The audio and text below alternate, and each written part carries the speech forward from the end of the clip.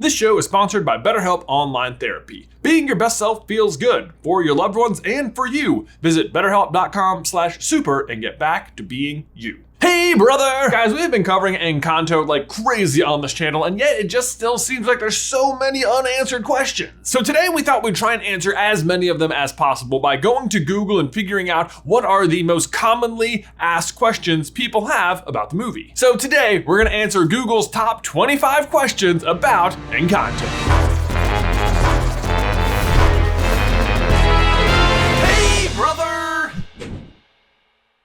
Guys, before we dive on into today's video, I want to give a huge thank you to today's sponsor, nobody. Well, us. Did you guys know that SuperCarlinBrothers has its own merch that we sell over on DFTBA? Because we do an annual survey here, and according to the math budget, 55% of you did not know this. I'm sorry. But great news, you can find all of your favorite SCB merch over at SuperCarlinBrothers.store. And we've got lots of really cool things over there, like our logo pin or the foil animal shirts, which also come in a curved cut, and possibly my favorite, our SCB Pride shirts, where 100% of the proceeds go to various LGBTQ+ charities. So head on over to SuperCarlinBrothers.store and celebrate yourself and Super Carlin Brothers today. Link is in the description down below. All right, here we go. Question number 1, how do you say Encanto?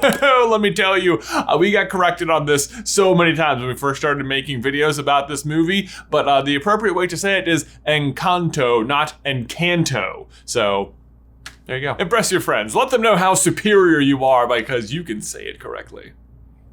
Don't do that. Number 2, in Encanto, how old is Mirabel and Camilo and Dolores and Antonio and oh my god, just all the characters really. Honestly, we could have filled up like half the questions on this entire list with just how old is any given character because people really wanted to know. Fortunately, the information is very available. The director, Jared Bush, tweeted the ages of literally every single character. Mirabel is 15, Abuela is 75, the triplets, Pepa, Bruno, and Julieta, and their spouses, Felix and Augustine, are all 50, which feels like it was more of a convenient director choice if you ask me. I mean, 3 of them are triplets, obviously they're the same age, but the other 2?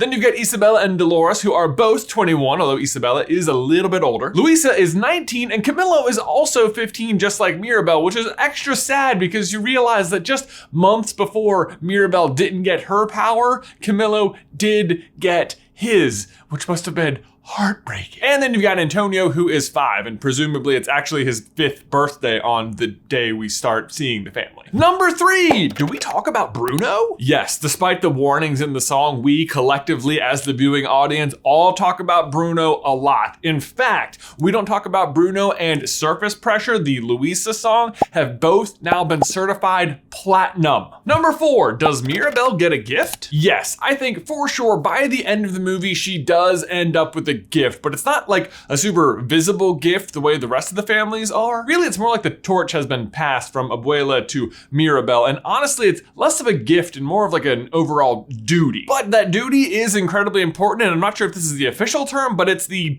keeper of the magic. Basically, her role is to make sure that the different members of the family feel loved and seen for who they are beyond their gift, which is pretty much what Mirabel is doing throughout the entire movie and what Abuela is failing to do throughout the entire movie. Actually, I just noticed this the last time I watched the movie, and it's my new like attention to detail moment in the movie, and it's right when Mirabel doesn't get her gift and the door starts disappearing. You can see the candle that Abuela is holding flicker. Because in your first pass, when you see the candle flicker, you think something's wrong with the magic and like, that's why Mirabel didn't get the power. But what's really happening here is that the moment Mirabel doesn't get her power, Abuela starts to value her less, and that is why the candle flickers. Number 5, does Mirabel get a door? No, Mirabel does not get a door, at least as a child, but there is a blink and you miss it line where she tells Antonio that if he doesn't get a gift, then he can come live with her in the nursery. You'd stay here in the nursery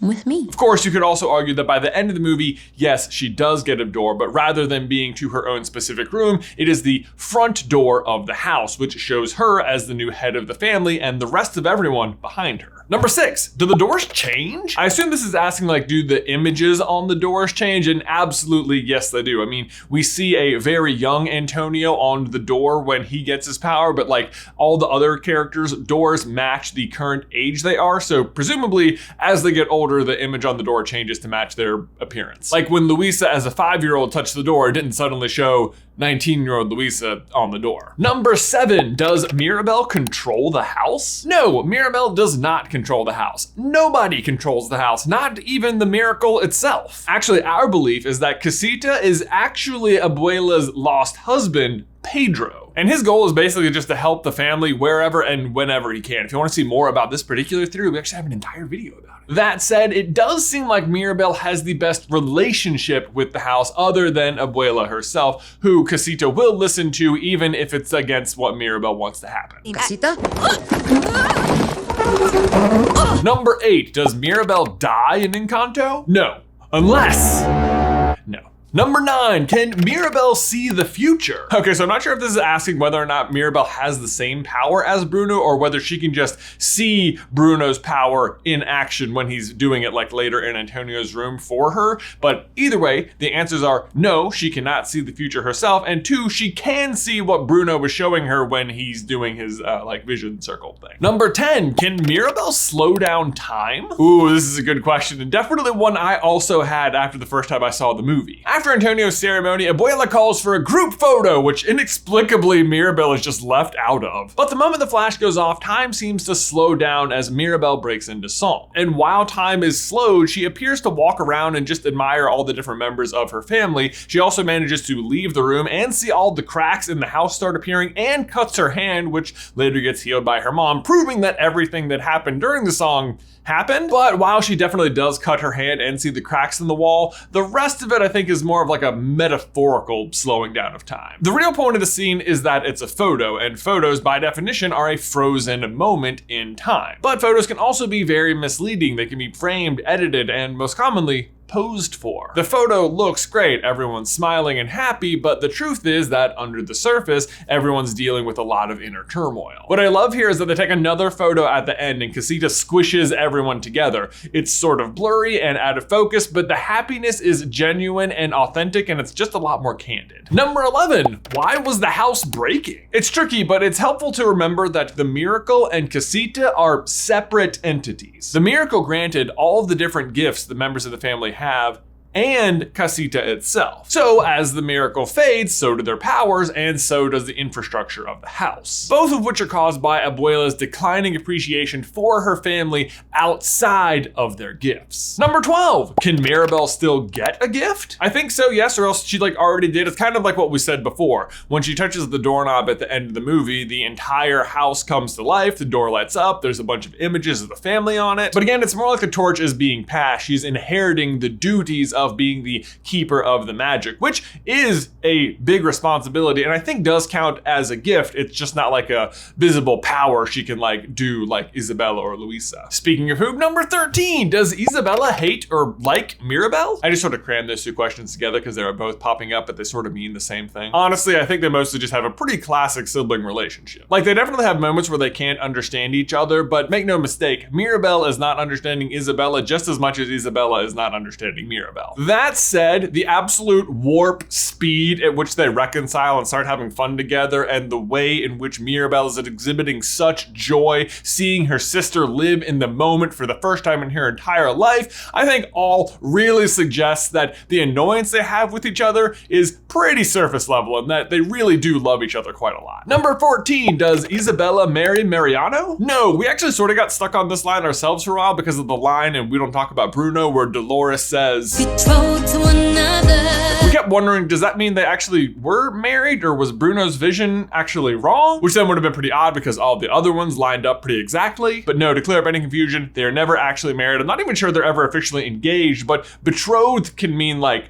promise to be engaged as well as engaged, but it's not actually specifically a term for two people who have been wed. Number 15, does Isabella like Mariano? I never wanted to marry him. I was doing it for the family. It appears no. I mean, I'm sure she thinks he's a regular nice guy, but like not actually attracted to him in any way. Number 16, why did Bruno leave? Obviously to go to Italy so he could become the father of one Alberto Scarfano. Silenzio, Bruno! No, but actually the reason he leaves is because despite loving his family so much, his gift is causing them so much stress that he just can't handle it anymore. That being said, he also doesn't actually even leave. So, which brings us to question number 17, where is Bruno hiding? Apparently inside of the walls of Casita for like literally 10 years. But this is another situation where I think Casita is actually looking out for the well-being of the entire family. And if Casita is in fact Pedro, then looking out for the well-being of his only son. Because, and this may come as a shock to you, the space between walls and actual homes and buildings, not this big. Which means what I think we're seeing is that Casita obviously knows Bruno is living in the walls of itself, as it expanded the space so he can stay. Number 18, how tall is Bruno? Great question, and I can totally see where the confusion comes from on this one, because during We Don't Talk About Bruno, Camillo claims that he has a 7-foot frame. And like, not for nothing, but that just does not appear to be true. But also Camillo must have known Bruno before he left, so you're like, why would you lie about how tall he is? So one of two things is happening here. Either he actually is 7 foot tall, which means Luisa's pushing like maybe even 9 feet, and that really the entire town is just sort of like giants. They're all really, if he's 7 feet, they're all really tall. But really, I think what's happening is that when Bruno left, Camillo was only 5, so he probably just remembers him as being a lot taller. And since he's left, the story of Bruno has just sort of become larger than life. Ironically, he does have the rats thing right, which is weird because it means that the rats were a thing before he went in the walls. Well, because she's his aunt and she has amnesia, so she can't remember that she's his aunt. Number 19, why did they flee the village? Okay, so the they in this question is Abuela and Pedro. And while it has not been officially confirmed, it is likely that the real world historical event that drove those two from their village was an event called the 1,000 Days War. This was a civil war in Colombia that took place for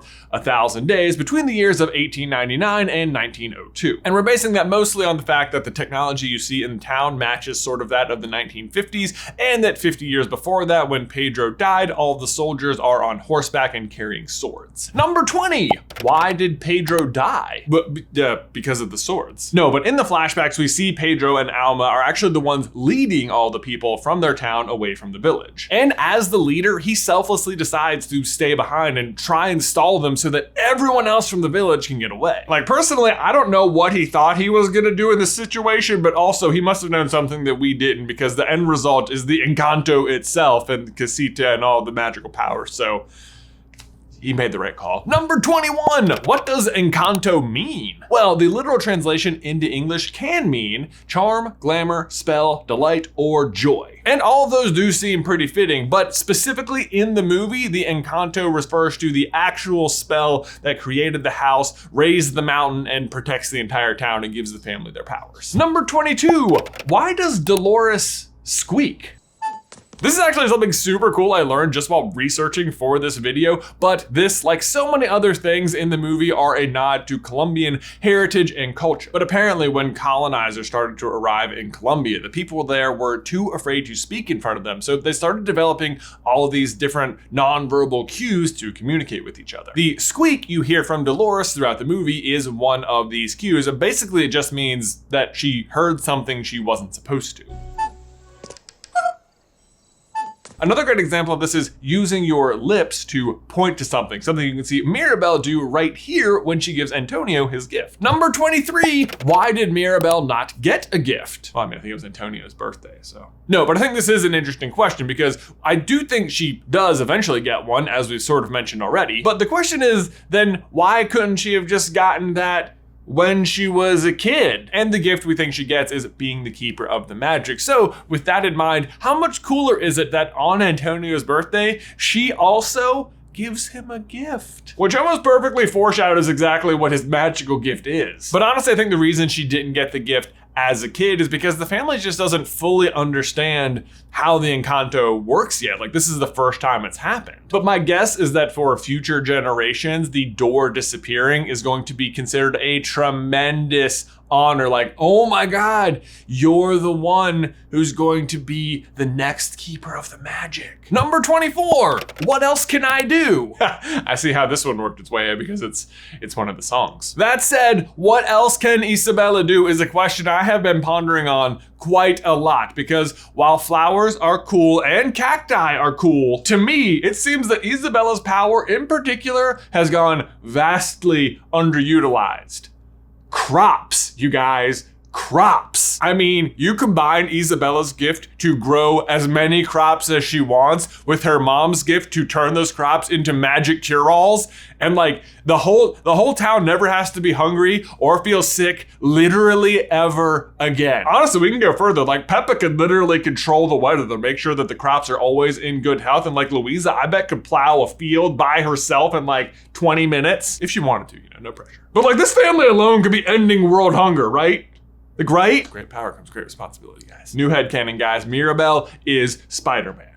She even has like a missing uncle. And number 25, do the husbands have powers? And the answer is no. Peppa's husband Felix nor Julieta's husband Augustine have powers at all. And actually, Augustine tries to comfort Mirabel with this fact that he married into the family and it was easy to feel unceptional when he was surrounded by such magical people. But this kind of falls flat because he didn't exactly grow up thinking he was gonna get powers, whereas Mirabel absolutely did. Actually, one final fun fact about her dad that I learned while we were researching this video is that they mentioned very briefly that he's accident prone. That is why he ended up with Julieta, because he had to keep going to her over and over for new cures from the food, and that's how they get to know each other. Anyway, though, that is Google's top 25 questions about Encanto. If you have any other that you would like us to take a look at, make sure you leave them in the towel section down below. But guys, thanks as always for watching today's video. Don't forget to leave a like on it if you haven't already, and subscribe so you don't miss any future Disney action from us. If you want to see a full video breaking down why Mirabel didn't get her power and how she's become the new keeper of the magic, you can check out this video right here. But otherwise, until next time, Ben, I will see you in another life.